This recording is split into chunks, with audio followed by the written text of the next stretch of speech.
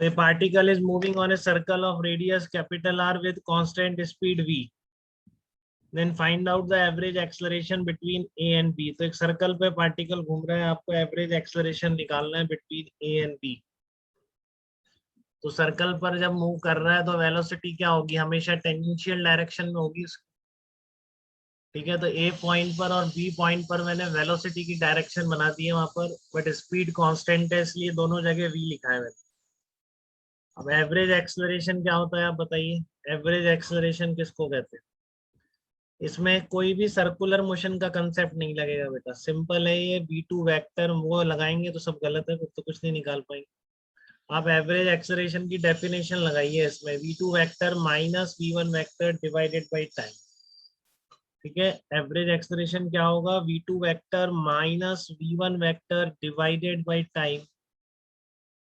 ये आपका क्या कहलाएगा, एवरेज एक्सलरेशन कहलाएगा. ठीक है, तो average acceleration vector is a v2 vector minus v1 vector divided by time. तो इसको कैसे निकालेंगे, अब इसका मतलब क्या है, v2 vector plus minus v1 vector, इन दो वेक्टर्स का एडिशन है. तो फाइनल वेक्टर तो ये रहा.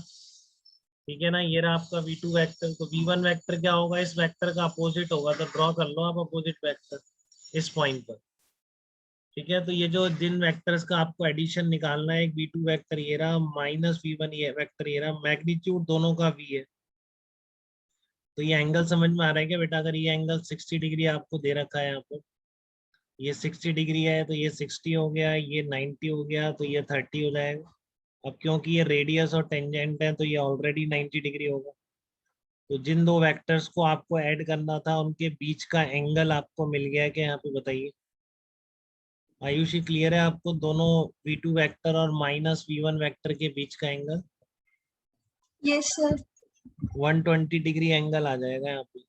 ठीक है, मैग्नीट्यूड कितना है, v है और v है. तो ये वेक्टर में मैंने बहुत बताया है कि जब मैग्नीट्यूड सेम हो आपके दोनों वेक्टर्स के, ठीक है, तो आप उनके एडिशन के लिए डायरेक्टली अंडर रूट ए स्क्वायर प्लस बी स्क्वायर ये सब लगाने की जगह आप डायरेक्टली क्या लगा सकते हैं. ठीक है ना, आप डायरेक्टली क्या लगाएंगे उन सब की जगह, आप डायरेक्ट लगाएंगे जैसे कि मान लो दो फोर्सेस लग रहे हैं एक पॉइंट पे. ठीक है, angle between them is alpha. तो इनका रिजल्टेंट याद रखिए हमेशा कितना होता है, 2f cos अल्फा बाई 2 होता है. ठीक है, 2f cos अल्फा बाई 2 आपका रिजल्टेंट फोर्स का मैग्नीट्यूड होगा हमेशा. सेम मैग्नीट्यूड के फोर्स हैं, बीच में अगर एंगल अल्फा है तो रिजल्टेंट फोर्स का मैग्नीट्यूड कितना होगा, 2f cos अल्फा बाई 2. तो यहाँ तक किसी को कोई दिक्कत बेटा, ये बताइए, या बात क्लियर है आपको. ठीक है, तो इसलिए हमने यहाँ पर क्या किया, इस तरह से निकाल दिया इसको कि आपका 2f cos अल्फा बाई 2, तो 2b cos अल्फा की जगह 120/2 आ गया. तो ये तो आपका इसका मैग्नीट्यूड आ गया डिवाइडेड बाई टाइम. अब बात आती है टाइम कैसे निकाल. ठीक है, कांस्टेंट स्पीड से चल रहा है तो इस आर्क में ए से लेकर बी तक जाने में टाइम कितना लगेगा, ये कैसे निकाल. चेंज इन वेलोसिटी तो निकाल लिया आपने, वेक्टर एडिशन आता है तो ऐसा हो ही नहीं सकता आप ना निकाल पाए. ठीक है, चेंज इन वेलोसिटी का मैग्नीट्यूड तो आपने निकाल लिया बिल्कुल. ठीक है, बात आती है कि अब यहाँ पर टाइम कैसे निकालें कि ए से बी तक जाने में टाइम कितना लगेगा जबकि स्पीड उसकी हमेशा बी है. तो speed equal to distance upon time होता है क्या बेटा. तो ए से बी तक की distance travel length of the path बता सकते हैं कितनी होगी. सचिन आप बताइए, ए से बी तक लेंथ ऑफ द पाथ कितना बोलेंगे, ए से बी तक का लेंथ ऑफ द पाथ कितना बोलेंगे. थीटा इक्वल टू आर को अपन रेडियस करेंगे तो ये आएगा कितना आएगा बताओ. Pi r by 3. हाँ, पाई आर बाई 3 आ पाई बाई 3 लिख दो. ठीक है ना, पाई आर बाई 3 आ जाएगा क्योंकि एंगल कितना है 60 है तो रेडियन में डालेंगे बेटा, ध्यान से ये ध्यान रखें. ठीक है ना, रेडियन में एंगल डालेंगे आप इसमें. तो कितना आ गया, 2b cos alpha by 2 divided by time b by t आ गया. ठीक है, तो ये पाई आर बाई 3, तो टाइम कितना आ जाएगा, पाई आर बाई 3 भी आ जाएगा.